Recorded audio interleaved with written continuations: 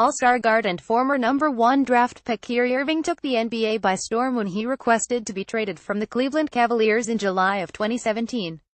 At the heart of his trade request was his longing to be out of the shadow, that shadow being cast by the best player in the world, LeBron James. Irving no longer wanted to be the second best, the second option, he wanted to be the man. He wanted to be part of a team where he was the focal point of the offense. His trade request made immediate headlines, with many fans' prediction a new Kevin Durant and Russell Westbrook-like road between Irving and James, with others calling out Irving for having an inflated ego. Irving told First Take that he did not inform LeBron James of his desire to change homes, asking why he should have to do so, and leaving James to find out like the rest of us. Well, the Australian-born 25-year-old got his wish. Irving was traded to the Boston Celtics in exchange for fourth-quarter specialist Isaiah Thomas, Jay Crowder, big man Ante Zizic, and a future first-round draft selection. Irving was excited to start fresh, being linked up alongside superstar Gordon Hayward and young talents Jason Tatum and Jaylen Brown.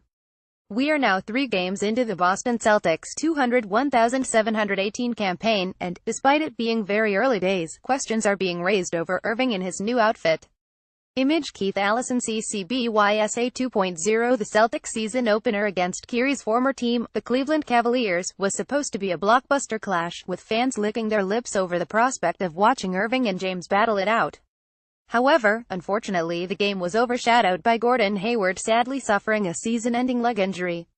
Irving was unable to close out the game for the Celtics, missing a three-pointer in the dying seconds that would have tied the game. We can forgive him for that, given he'd had to witness his teammate and friend ruin his season just a few quarters earlier. It was Irving's next game, however, that really raised concerns. The Celtics fell 108,100 to the Milwaukee Bucks, and Irving played poorly. He managed just 17 points, shooting an abysmal 28% from the field. Sports analyst Nick Wright was scathing of Kyrie's game.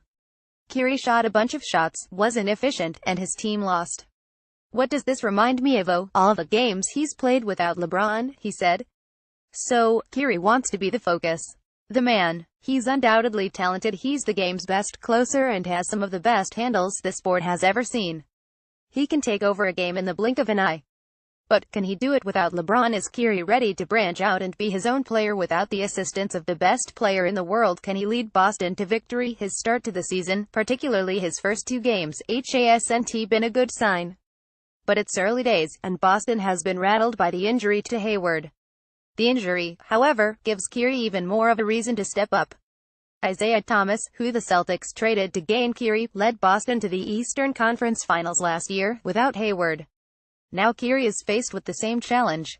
There's every chance that Irving will learn to live without LeBron, and become the league's best guard. But there is equally as much of a chance that Irving simply isn't a player who can lead a team. And that he'll crash and burn without LeBron. Kyrie's ambitious nature and healthy ego pushed him to leave one of the game's all-time best players. LeBron makes his teammates better players, Kyrie being absolutely no exception. Kyrie, you may have just thrown away the chance to make it to the finals every year. You also may have to kiss goodbye to being known as one of the best offensive players in the NBA, with no LeBron James spacing the floor for you.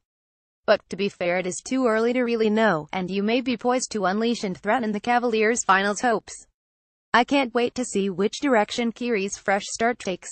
Who wouldn't want to see Kyrie come out and drop 40 points against the Knicks on Wednesday?